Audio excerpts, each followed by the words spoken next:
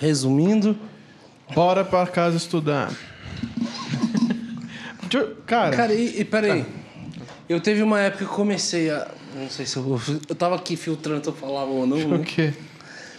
Ah, mas teve uma época que eu tava... Eu tive acesso a livro, a Bíblia apócrifa, né? Tipo assim, a gente considera com os 23 evangelhos. Que não foram divinamente inspirados por Deus.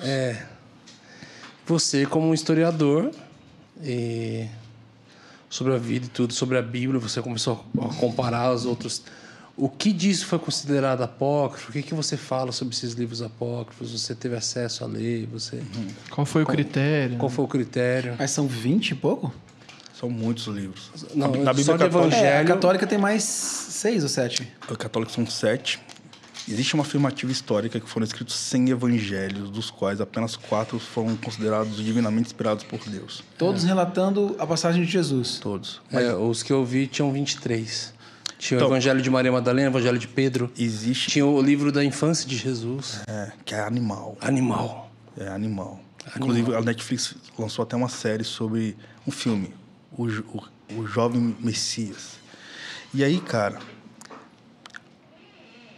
existe muita afirmativa de quantas obras foram.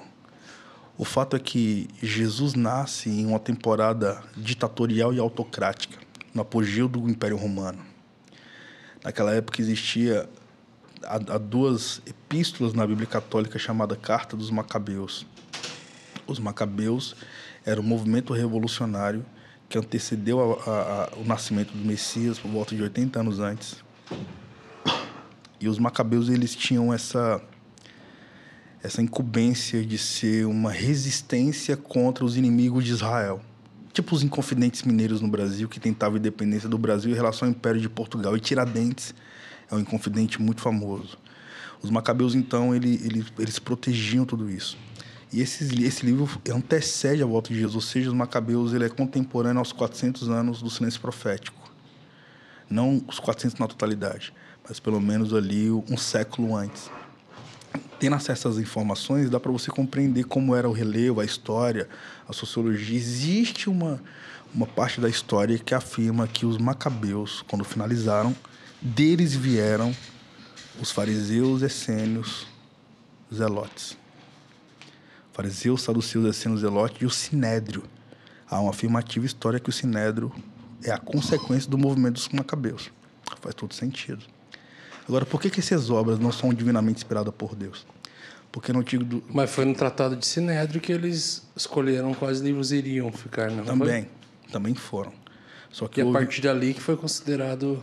divinamente inspirado por Deus. É importante falar que o Concílio de Nicéia, por exemplo, 325 depois de Cristo, veio, sobretudo porque no primeiro século, sobretudo no segundo século, se levantou um movimento chamado gnosticismo. Gnose significa conhecimento. Então, o movimento gnóstico veio afirmando que eles conheciam uma revelação a respeito de Cristo, uma revelação secreta a respeito de Cristo. Eles começaram a colocar em xeque a divindade de Jesus Cristo. Como é possível Jesus ser 100% Deus se ele é matéria? E os gregos falavam sobre se a matéria é má, por que Jesus veio como matéria? Significa dizer então que ele não é bom. Se ele não é bom, significa dizer então que ele não é Deus. E aí, cara, o Concílio de Nicéia veio para provar que ele é 100% Deus sem deixar de ser 100% homem.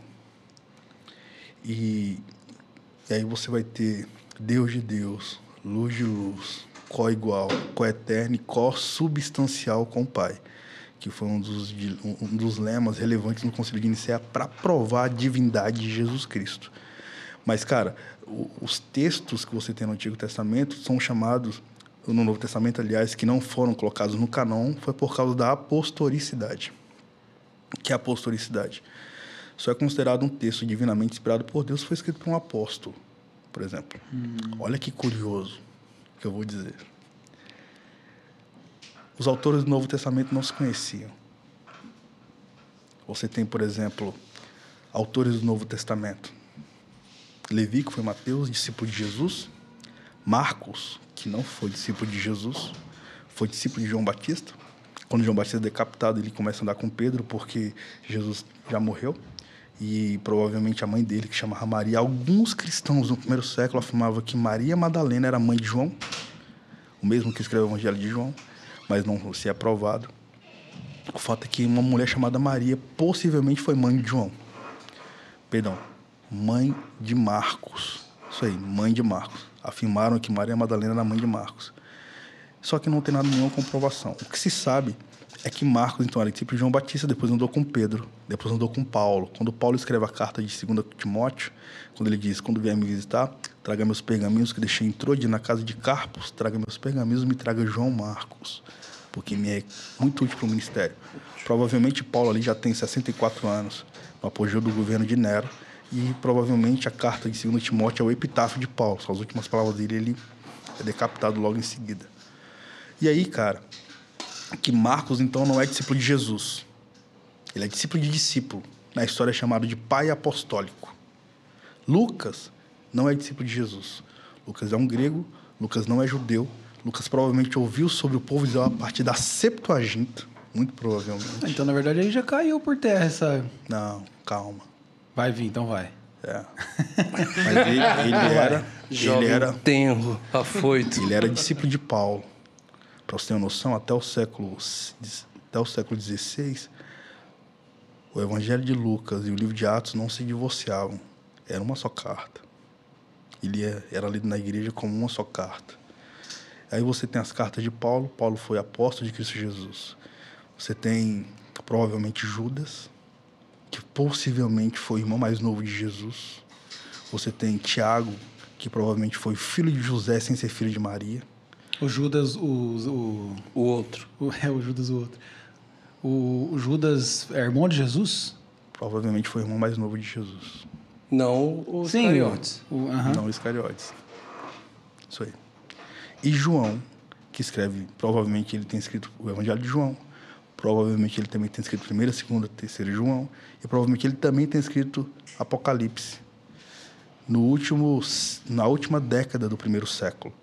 Por isso que no governo de Domiciano, João, aos 93 anos, na ilha do Mar Egeu, na ilha de Patmos, escreve a carta de Apocalipse. Pois bem, você tem então o Novo Testamento e você vai ter textos relevantes que provam a existência de Jesus. Existem afirmativas históricas que Jesus andava com a multidão de 30 mil pessoas. Existe afirmativa histórica que Jesus andava com a multidão de 5 mil pessoas, porque ele alimentou 5 mil homens. Só que o IBGE daquela época não contabilizava crianças e mulheres. Por isso que uma linha histórica diz 5 mil e outra linha histórica diz 30 mil. O Datafolha tinha 300 só. De acordo com a margem do Datafolha. Jesus perdia no primeiro turno. E aí, cara, olha que interessante. Provavelmente Mateus não conheceu Marcos, que são literaturas que foram escritas em tempos diferentes. O que se sabe é que o Evangelho de Marcos é a carta mais jornalística da história, porque narra contextos do dia a dia de Jesus a partir da cidade de Cafarnaum. E nós tivemos a honra de ir em Cafarnaum juntos.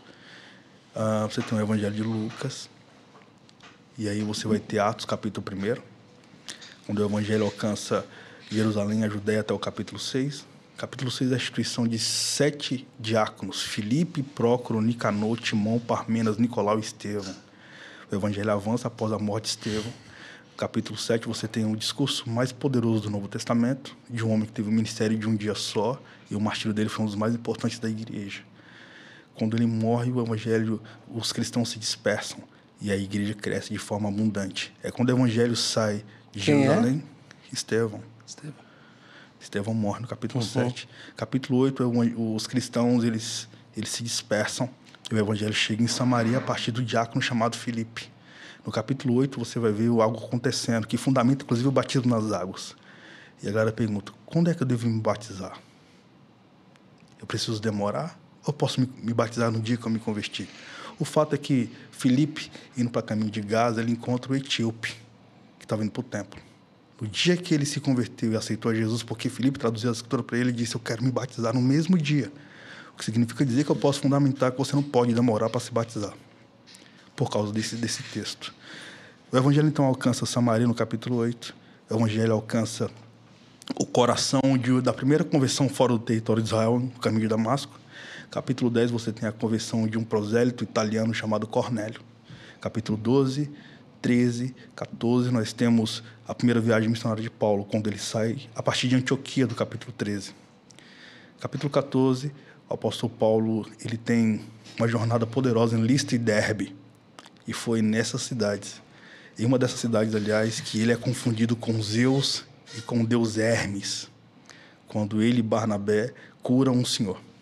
E o sacerdote de Zeus, diz o texto, vinha trazer oferendas em homenagem de Paulo, pensando que ele era Zeus e Hermes, cara. Caramba. Hermes, com todo respeito, isso está na Bíblia, pô. Capítulo 15, você tem o Concílio de Jerusalém. Capítulo 16 e 17, você tem a segunda viagem de Paulo, quando ele alcança Hierápolis, Colossos, Filemon. Quando ele alcança essa parte e o evangelho se expande de forma significativa, quando ele vai preso porque ele cura, porque ele expulsa o demônio de um mar divino.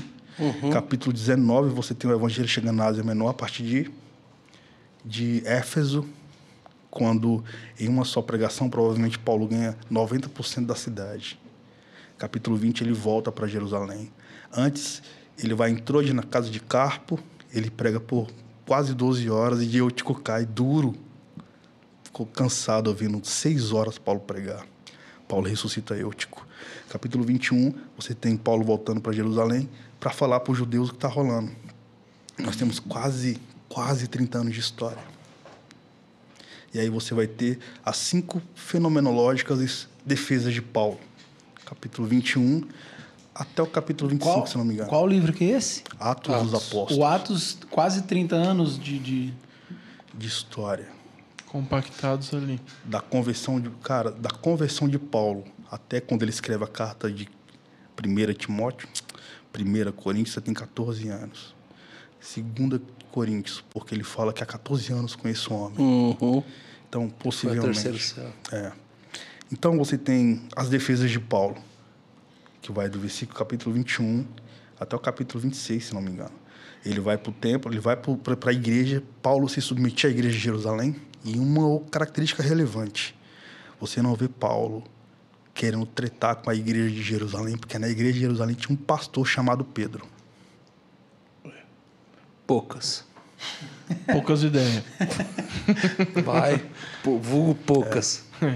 Deixava claro, mas não ia pra treta, você fala. Não, cara.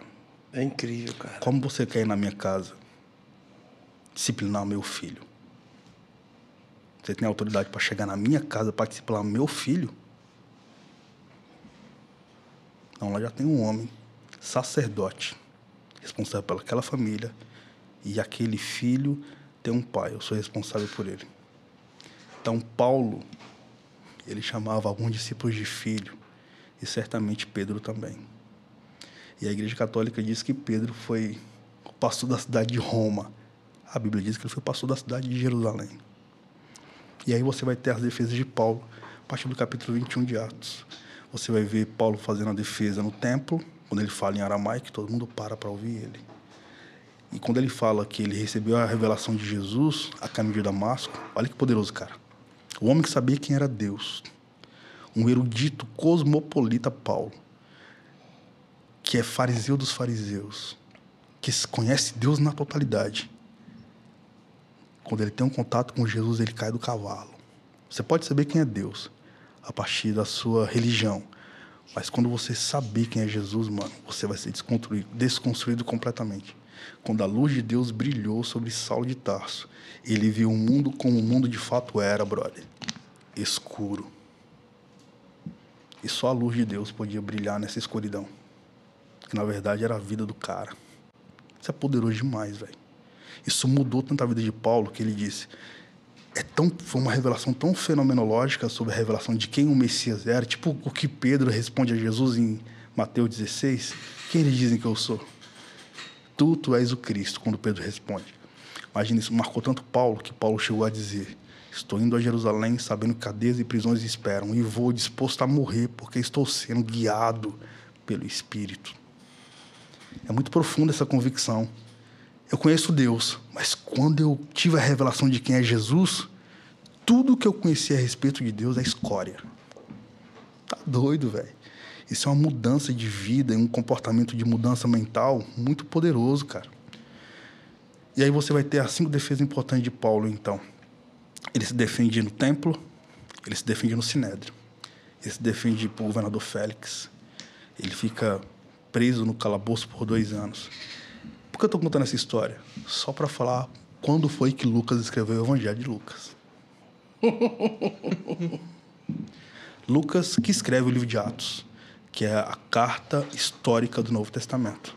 Quando Paulo ficou preso em Cesareia Marítima, nós fomos lá no Palácio de Herodes.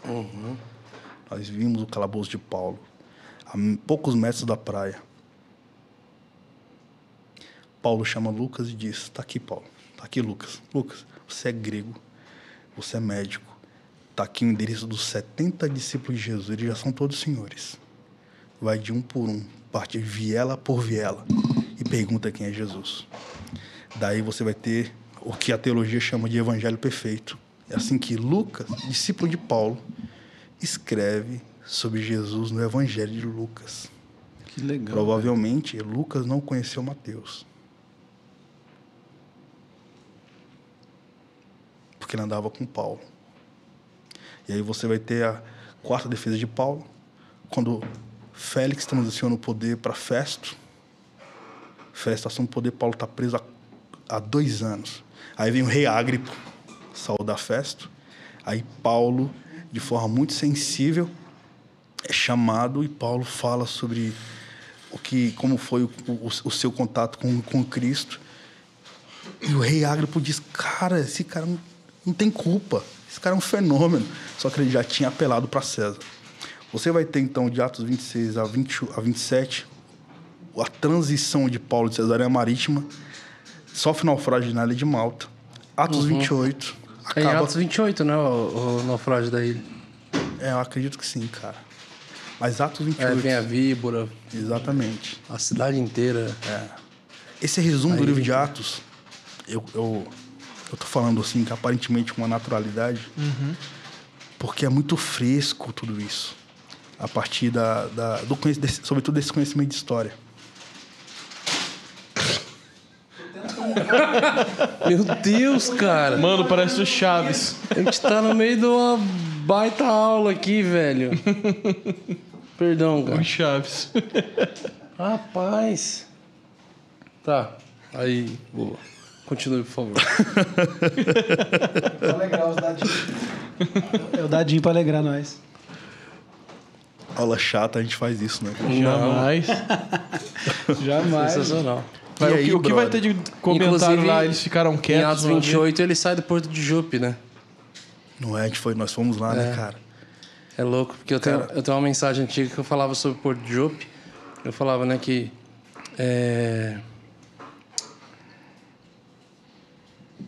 Nínive.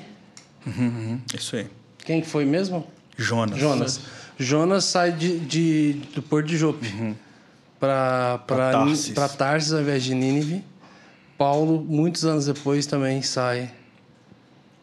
A primeira viagem missionária dele foi do Porto de Jope. Uau, mano. Só que também depois... e depois dessa última viagem também, do Porto de Jope. Ambos saíram do mesmo porto. E ambos passaram por tempestade. Só que um era o motivo, o outro era a solução dela. Uau, mano. Pesado. Uau, poderoso, cara. Um era o motivo da tempestade, o outro era a solução, saindo do mesmo porto. É poderoso demais isso, cara. Porque ambos foi por causa de um destino missionário. Não é? Jonas é tão curioso porque você tem 4 capítulos de Jonas. Capítulo 1, ele foge. E ele entra no barco em paz. O que significa dizer que missionário que foge da missão, ele vai ter paz. E a pergunta é, você está com paz? Missionário que foge da missão tem paz profunda. Assim como Jonas teve paz enquanto o barco estava à deriva. Capítulo 2 de Jonas é curioso porque Jonas morre. Não faz sentido você ficar 3 dias no ventre de um peixe sem morrer. E a reflexão que eu tenho é: respeite a inteligência de Deus. É claro que esse cara morreu, pô. E o texto diz que ele morreu. Jonas. Por isso que Jonas traz um salmo no capítulo 2, quando ele diz: do ventre da morte me tirou. E ele vai clamando a Deus nessa glorificação. É poderoso com a Bíblia aberta. Me permite, mano? Uai. Tá cansativo aí o rolê? Nunca, Jamais. irmão. Nunca. Todo mundo vai estranhar, a gente quieto, né? Não, Os comentários. Tô Não tem como. pipoca aqui, aprendendo. Mano, olha o capítulo 2 de Jonas. Ô, Gil, você tinha que ser historiador, mano. Você assim. Uai! Sabe o que é faculdade? Mano, tipo, no teu tá perfeito. Olha isso aqui, mano. Não tem jeito. Olha o capítulo 2 de Jonas. É por isso que você precisa ler o texto. Ah, eu posso falar uma parada sobre isso? Eu sempre digo o seguinte, cara. Você pode ter uma fé profética, uma fé poética, uma fé romântica. Se você não tiver uma fé bíblica, você vai ter uma fé apócrifa. Aquela que não foi divinamente inspirada por Deus. Você pode ser um ministro de adoração incrível. Se você não for fundamentado biblicamente falando, você é um artista. Mas se você for fundamentado biblicamente, você é um salmista.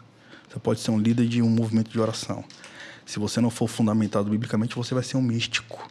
Mas se você for fundamentado biblicamente falando, você vai ser um general de oração. Você pode até falar bem. Se você não for fundamentado biblicamente, você vai ser um excelente palestrante.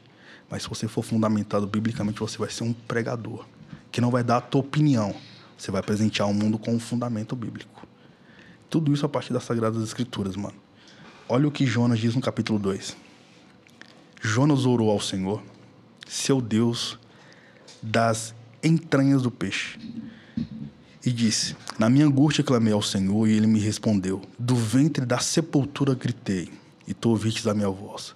Porque tu me lançastes na profundeza, no coração dos mares, e a corrente das águas me cercou. Todas as tuas ondas e as tuas vagas ondas se passaram por cima de mim. E eu disse: lançado estou diante dos teus olhos. Todavia tornarei a ver o teu santo templo novamente. As águas me cercaram até a alma. O abismo me rendeu e me cercou. As algas se enrolaram sobre minha cabeça. Eu desci até as profundezas do monte. A terra me encerrou para sempre, como se fosse folhagens. Mas tu fizeste subir a minha vida da sepultura. Quando desfaleci em mim a minha alma, lembrei-me do Senhor. E entrou a ti a minha oração no teu santo templo. Os que observam as falsas vaidades deixam a sua misericórdia, mas eu te oferecerei sacrifícios com voz de agradecimento. E o que prometi em volta eu pagarei, Deus da minha salvação. Falou, pois, o Senhor ao peixe, e este vomitou Jonas na terra. Eu não quero trazer heresia. E eu não tenho nem autoridade. Eu não tenho nenhuma autoridade para ser herege. Umas 10 perguntas só. Mas, cara, esse texto sugere ressurreição. Ele grita, e da sepultura o Senhor tira. Só sai da sepultura quem está morto. Quando ele é vomitado no capítulo 3, ele aproveita a segunda chance. Pode continuar o texto? Olha o capítulo 3, velho. Então, capítulo 3. Então veio a palavra do Senhor pela segunda vez a Jonas, dizendo: levanta-te e vai à grande cidade de Nínive, que era a capital da Síria, e prega contra ela a mensagem que eu te digo. Ele levantou Jonas e foi a Nínive, segundo a palavra do Senhor. Ora, Nínive era uma cidade muito grande, de 3 dias de caminho, e começou Jonas a entrar pela cidade caminhando um dia, e pregava dizendo: ainda em 40 dias Nínive será completamente destruída. Os homens de Nínive creram em Deus e proclamaram jejum, vestiram-se de veste de saco, desde o maior até o menor. Essa palavra chegou até mesmo o rei de Nínive, e ele levantou-se do seu trono, tirou os seus mantos reais e cobriu-se de veste de saco e sentou sobre as cinzas. E fez uma proclamação que se divulgou em Nínive, pelo decreto do rei e dos seus grandes, dizendo: nem homens, nem animais, nem bois, nem ovelhas podem provar alguma coisa, muito menos beber água ou comer algum alimento. Mas os homens e os animais sejam cobertos de saco, clamem fortemente a Deus, Deus com D maiúsculo, e convertam-se cada um dos seus maus caminhos, e a violência dos seus corações podem ser lavada de suas mãos. Quem sabe Deus se voltará e se arrependerá e se apartará do furo da sua ira, de sorte que não venhamos perecer. Versículo 10 é bizarro, mano. E Deus viu as obras deles, como se converteram do seu mau caminho. Deus se arrependeu do mal, perdão. Eles se arrependeram do mal que havia feito. E Deus, então, os perdoou. Sabe o que é interessante? O texto diz que... Só porque você citou Jope e Jonas. Esse texto de Jonas, para mim, é o que eu acredito sobre porção profética na política. Onde uma mensagem profética faz toda uma população se arrepender. Onde uma mensagem profética faz o judiciário, legislativo, executivo, na pessoa da monarquia, o rei de Nínive faz um decreto porque ouviu uma voz profética. E a Bíblia diz que Deus voltou, transformou a ira em perdão. Capítulo 4 de Jonas, eu não vou pedir para ela ler porque eu vou ler. Capítulo 4 você vai ver a graça como alvo do ódio. Vou ler. E a gente vê em algum momento também... Pode ler. Jonas, pode ler. A gente vê Jonas falando sobre... No meu quarto, na minha casa, eu já tinha... O porquê dele não querer, né? Porque de antemão a gente lê e fala... Cara, ele é um profeta. Deus tem uma mensagem dele para uma cidade que é uma mensagem de juízo, velho. E a hora que você entende o contexto de Nínive, também historicamente, Nínive tinha matado profetas. Sim, cara. Nínive Falou, era vai dar errado se eu for lá. assassino de profetas. Não, a revolta, tipo assim... Aí tem um dos versículos que ele fala assim, eu em casa já tinha te dito, Deus. Tipo assim, por que ele não querer fazer aquilo? Porque, na verdade, ele sabia da misericórdia de Deus. Exatamente. Ele sabia que eu estou indo levar uma mensagem de juízo, mas eu sei que se eles se arrependerem do jeito que o senhor está falando que é para eles fazerem, o senhor vai se arrepender e eles não vão sofrer. Tipo assim, ele queria que o povo sofresse. É isso Falou, aí. mano, imagina, tipo assim, matar profeta, mano, os filhos dos profetas, as crianças... Nínive tinha matado uma galera antes. Agora imagina no lugar de vergonha e de dor de tudo mais. Cara, E um fato interessante é que Jonas possivelmente é contemporâneo a Eliseu. Ele fazia parte da escola dos profetas que havia naquela contemporaneidade. Sério? O interessante também, cara, é que quando Jonas... Cara, eu preciso falar isso, cara. Jonas, no capítulo 3, quando ele ressuscita, eu tô provocando isso. Porque ele pode ter ficado 3 dias no ventre de um peixe. Pô, cara, não faz sentido. Mas de acordo com o que o texto fala mesmo, provável que... E se alguém achar e pegar mal, falou, ele ressuscita para o ministério dele. Mas, cara, quando você tem uma interpretação coerente das escrituras, analisando o texto, o pós-texto, o antitexto, o tempo histórico, você vê que não é possível no estômago de um mamífero, se de fato for uma baleia, existe suco gástrico. Não é possível sobreviver lá dentro. Então, o que sugere, e o que eu estou falando aqui, o texto sugere que quando o peixe vomitou, Jonas vomitou sua biologia. E o Senhor devolveu a vida. E ele teve segunda chance. Como assim? Não entendi. Não, tá claríssimo o que eu falei. Tá claro, mano. Então, eu tô falando que ele tá mas... morto e o peixe vomitou sua biologia, só o corpo. Rapaz, eu vou pesquisar aqui que tipo de baleia que tem nessa região. Ele Mas, tá enfim, com o Google aberto. Eu não tô nem sugerindo. É Sim, o que sim. o texto sugere, não eu. Sim. E aí no capítulo 3, preciso falar isso, Bruno. O que seria do mundo se não existissem segundas chances? O que seríamos de nós se não pudéssemos ressignificar nossa jornada e voltar atrás? O que seria vivermos em um mundo onde as suas palavras seriam imutáveis e irreversíveis, você não poderia mais ressignificar para redignificar a própria história? Há pessoas que já te sentenciam. Cara, Lucas 15:7 tem um texto, mano, que me provoca a amar mais Jesus, que diz: eu vos afirmo que haverá maior alegria nos céus por um pecador que se arrepende do que por 99 justos que não necessitam de arrependimento. Jesus está falando isso. O que significa dizer que é uma cláusula pétrea. O céu, segundo o texto, é um texto interessante porque é um dos únicos textos bíblicos, não o único, um dos, que fala que os céus faz festa. Quando é que os céus faz festa? Quando o fenômeno no coração do homem acontece. Arrependimento. O que é arrependimento? Arrependimento é uma provocação que me faz mudar completamente meus comportamentos e minhas atitudes. Por isso que o arrependimento convoca a salvação. A salvação naturalmente traz a santificação. E esse processo de manutenção da salvação se chama avivamento. Uau! É simples, cara. E detalhe, o evangelho é tão simples, mas tão simples, que a gente não acredita que é só isso mesmo. E aí a gente quer deixar a cruz do outro extremamente pesada. Só que já foi consumada, irmão. E isso para mim é muito poderoso. Então, Jonas tem segunda chance. Mas no capítulo 4, porque Deus perdoou, eu não vou ler não. Mas se você me permitir, eu leio. Por favor. Olha o capítulo 4. É porque eu não quero ser... Estou anotando uma coisa que você falou aqui. Nem invasivo e nem desagradável. Mas olha o que a Bíblia diz, mano. Capítulo 4. Deus perdoa a galera, certo? Capítulo 3. Olha o 4. Mas isso desagradou extremamente a Jonas e ele ficou irado. O que desagradou a Jonas? Versículo 10. Deus viu as obras deles, como se converteram do seu mau caminho, e Deus se arrependeu do mal que tinha anunciado que lhes faria e não fez.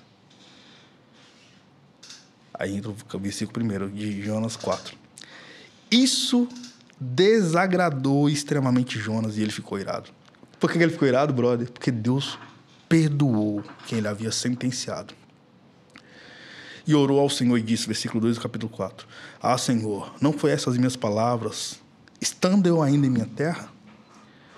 Pois isso que me preveni, fugindo para Tarsis, pois sabia que tu és ela. Tu és um Deus compassivo, misericordioso, longânimo, grande benignidade, que se arrepende do mal. Forte isso, mano.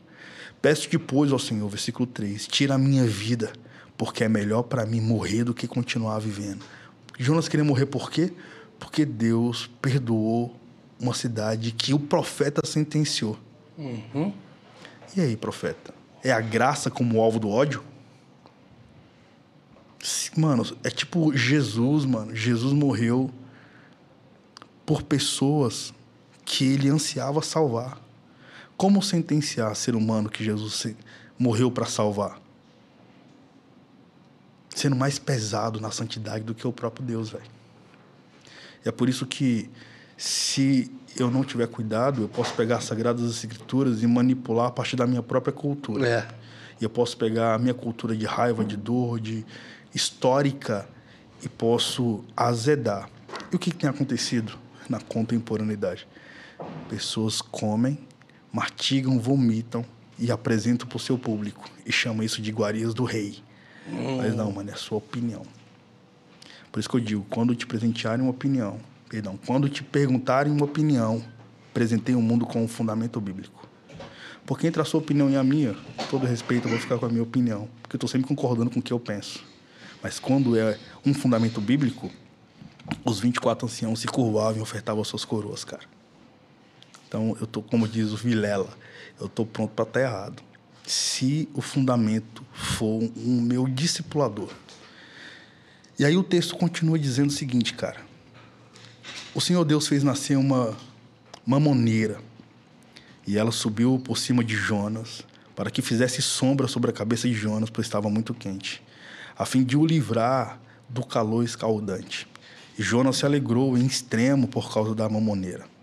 Mas Deus enviou um verme no dia seguinte. Ao subir sobre essa planta, ela secou e morreu. E aconteceu que, aparecendo o sol, Deus mandou um vento muito forte do Oriente, e o sol feriu a cabeça de Jonas, e ele desmaiou e desejou com toda a sua alma morrer, dizendo, melhor para mim é morrer do que continuar vivendo. Então disse Deus a Jonas, fazes bem que assim te ires por causa da mamoneira?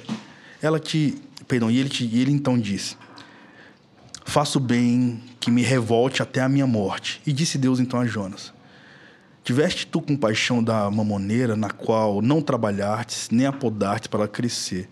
E em um só dia e uma noite ela nasceu, e na noite morreu. E não hei eu de ter compaixão dessa grande cidade chamada Nínive, em que estão mais de 120 mil pessoas que não sabem discernir entre a mão direita e a mão esquerda? E também não deveria eu ter pena dos animais? Sabe como Deus finaliza o livro de Jonas, mano? Perguntando pro profeta, por que que eu não posso amar? Cabuloso demais, mano. Eu não sei nem por que a gente entrou nesse tema. Foi só porque você citou Jó. Mas, cara, a sensibilidade diante do coração azedo de um profeta que profetiza com o coração azedo, ele sentencia ser humano que Deus quer salvar, velho. E aí eu aprendi uma parada muito interessante. Eita Deus. Cara, nessa pandemia eu olhei a Bíblia 6 vezes, bro. Eu mergulhei no secreto, mano. Eu fui acometido de uma depressão que nada fazia sentido. Só a voz de Deus. Então, eu abri mão da minha rede social, deletei minha rede social e mergulhei na palavra escrita para o Senhor responder as minhas queixas. Eu li a Bíblia chorando, mano.